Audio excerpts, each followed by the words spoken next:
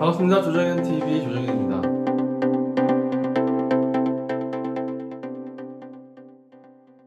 오늘 여러분들에게 말씀을 드릴 내용은 부자들이 어떻게 서민들을 계속 개돼지로 만드는가에 대해서 여러분들에게 말씀드리겠습니다. 오늘 세 가지 사례를 말씀을 드릴 텐데 여러분들 잘 들어보시고 내가 혹시 그렇게 하고 있지 않은가에 대해서 한번 곰곰이 생각을 해보시면 좋을 것 같습니다. 이 부자들은 또는 기득권을 갖고 있는 사람들은 이 기득권이 없는 부자가 아닌 사람들이 자기네의 자리를 침범하거나 위협하는 것에 대해서 상당히 두려워하죠. 그래서 여러 가지 세뇌 장치들을 만들어 놨습니다. 오늘 그 중에서 세 가지를 말씀을 드릴 텐데, 자, 첫 번째, 여러분들이 많이 알고 계시는 것 중에 하나가 강한 자에게는 강하게 하고 또 약한 사람한테는 약하게 하는 것이 멋있는 거다라고 생각을 하고 계세요. 근데 가만히 생각을 해보시면 그게 맞는지 한번 제 얘기를 잘 들어보시기 바라겠습니다. 이 강한 자라는 거는 돈이나 권력이 있다는 뜻이죠. 이 돈이나 권력이 있고 그걸 유지를 한다는 거는 일단은 어느 정도의 능력이 있다는 뜻입니다. 그런데 이 쥐뿔도 없는 사람이, 쥐뿔도 없는 서민이 이 강한 자를 만났을 때, 돈과 권력이 있는 사람을 만났을 때 뭐 쥐뿔도 없으면서 이게 덤비거나 자존심을 세우는 거를 객기라고 합니다. 굴지의 기업을 만든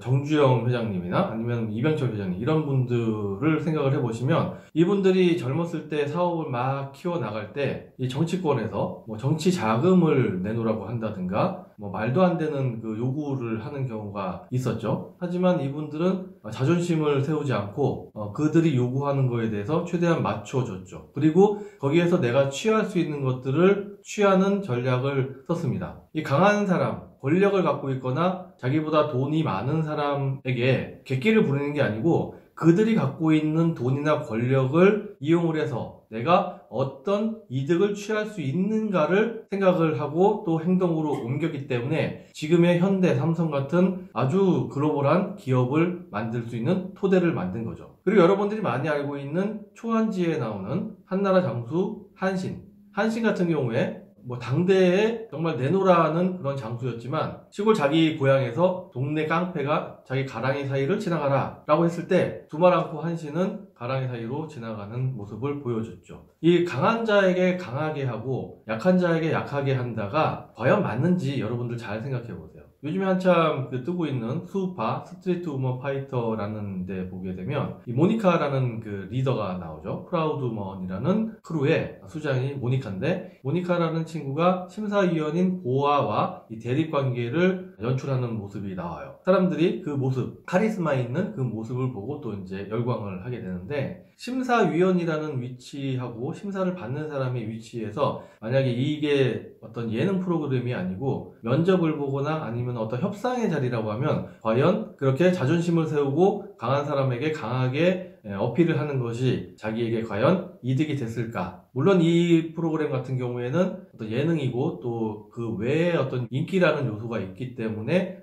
다른 쪽으로 흘러가긴 했지만 인기도 더 많아지고 하긴 했지만 일반적인 경우라면 돈과 권력이 있는 강한 사람에게 그렇게 강하게 부딪히게 되면 자신에게는 남는 거는 하나도 없게 됩니다. 그리고 부자들이나 권력을 갖고 있는 사람들이 여러분들을 세뇌시키는 두 번째는 맨날 집값 떨어진답니다. 부동산 붕괴, 버블 붕괴, 반값 아파트가 된다, 부동산 폭망 이런 내용들을 여러분들에게 계속 지속적으로 세뇌를 시키는 것도 그 중에 한 가지입니다. 자, 2003년도에 뉴스에 보게 되면 부동산 폭락 얘기가 나와요. 하지만 올랐죠. 그리고 2008년도, 9년도쯤에도 또 부동산 폭락 얘기가 나옵니다. 그리고 지금도 부동산 폭락 얘기가 나오고 있고요. 제가 부동산에 처음 관심을 가졌던 때가 2003년도, 2004년도 이때쯤이었는데 그때 제가 이제 경매 투자를 하려고 하다가 접었어요. 왜 그랬냐면 뉴스에서 너무 부동산이 이제 망한다, 반값이 된다, 일본 따라간다 이런 얘기들이 너무 많아가지고 사실 겁이 났었거든요. 그래서 그때 시작을 못했는데 어느 날 문득 정신을 차리고 다시 또 부동산 투자를 해야 되는 거 아닌가 라고 생각을 하고 2005년도, 6년도쯤에 다시 또 이제 마음 잡아서 공부를 하고 있는데 그때도 뉴스에 그런 얘기가 나오더라고요. 부동산 폭망, 일본처럼 버블 붕괴한다 이런 얘기들이 또 나오더라고요. 그때 제가 생각했던 게 뭐냐면 이번에는 안 속는다, 저번에는 속았지만 이번에는 안 속는다 라는 생각을 했어요.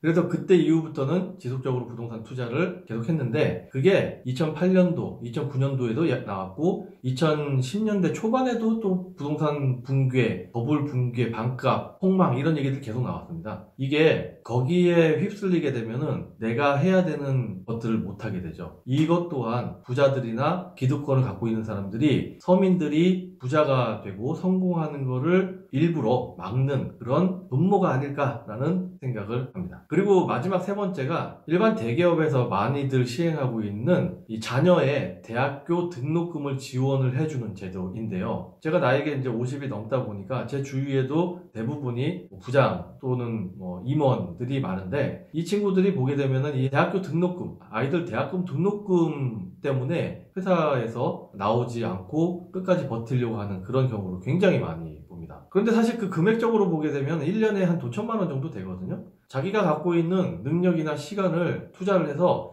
자기 것을 만드는 게 아니고 회사 것이 되게 하는 그 시간들을 아침부터 잠자리에 들 때까지 스트레스 받으면서 굉장히 열심히 하고 있어요. 그분들이 거의 대부분이 뭐를 굉장히 크게 생각을 하냐면 자기 아이의 대학교 등록금이 회사에서 나온다는 거에 대해서 굉장히 크게 생각을 하고 있습니다. 그런데 막상 따져보면 한 명당 1년에 1,000만 원이 안 되거든요. 자기가 회사에서 그 충성을 하는 시간 또 능력을 발휘하고 스트레스를 받는 그것을 자기만의 것을 만드는데 사용을 한다면 훨씬 더 많은 그 부가적인 수익을 창출을 할 수가 있죠. 그게 재테크든 아니면 자기 사업이든 어떤 거든 가네요. 그런데 회사에서 아이들 대학교 등록금을 준다라는 그거에 혹해서 이미 시간도 정해져 있는 상태에서 노예 생활을 계속하게 되는 거죠.